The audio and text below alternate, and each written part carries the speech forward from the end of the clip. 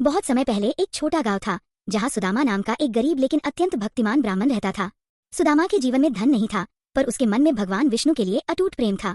वह रोज तुलसी के पौधे की पूजा करता था, क्योंकि पद्म पुराण में कहा गया है, तुलसी पूजन से भगवान विष्णु तुरंत प्रसन्न होते हैं। सुदामा का घर मिट्टी का था, कभी भोजन मिलता कभी नहीं, पर उसके चेहरे पर कभी चिंता नहीं दिखती थी। एक दिन शाम का समय था।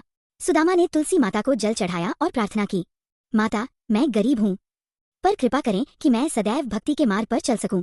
तभी एक दिव्य प्रकाश उसके सामने प्रकट हुआ। उस प्रकाश से तुलसी माता स्वयं प्रकट हुई। सफेद आभा, शांत मुस्कान और चंदन की सुगंध से वातावरण भर गया।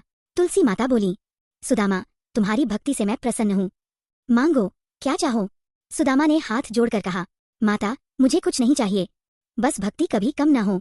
तुलसी माता मुस्कुराई, जो भक्ति के लिए ही कुछ मांगे वह सच्चा भक्त है। उन्होंने सुदामा को एक छोटा सा पत्थर दिया, दिव्य आभूषण जैसा चमकता हुआ, और बोली, यह कोई साधारण पत्थर नहीं, यह धर्मरत्न है। जहाँ इसे रखोगे वहाँ धन, अन्न और शांति कभी कम नहीं होगी। यह कहकर तुलसी माता अदृश्य हो गई। सुदामा के घर में अगले ही दिन चमत्कार हुआ। जिस जमीन पर वह पत्थर रखा गया था, वहाँ अचानक हरे भरे पौधे उगने लगे, अन्न का भंडार भर गया और गांव में खुशहाली फैल गई। लेकिन सुदामा का हृदय नहीं बदला।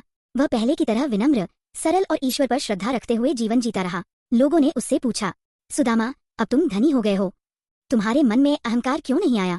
सुदामा मुस्कुराया, क्योंकि मुझे पता है, जो भी मिला है वह तुलसी माता की कृपा है, मेरा नहीं। देवताओं ने उसके इस भाव को देखकर आकाश से आवाज दी, भक्ति में सच्चाई हो तो भगवान स्वयं भक्त के घर में निवास करते हैं। और इस प्रकार पद्म पुराण की यह कथा सिखाती है कि सच्ची भक्ति कभी व्यर्थ नहीं जाती और विनम्र हृदय ही असली धनवान होता है। Please like and subscribe.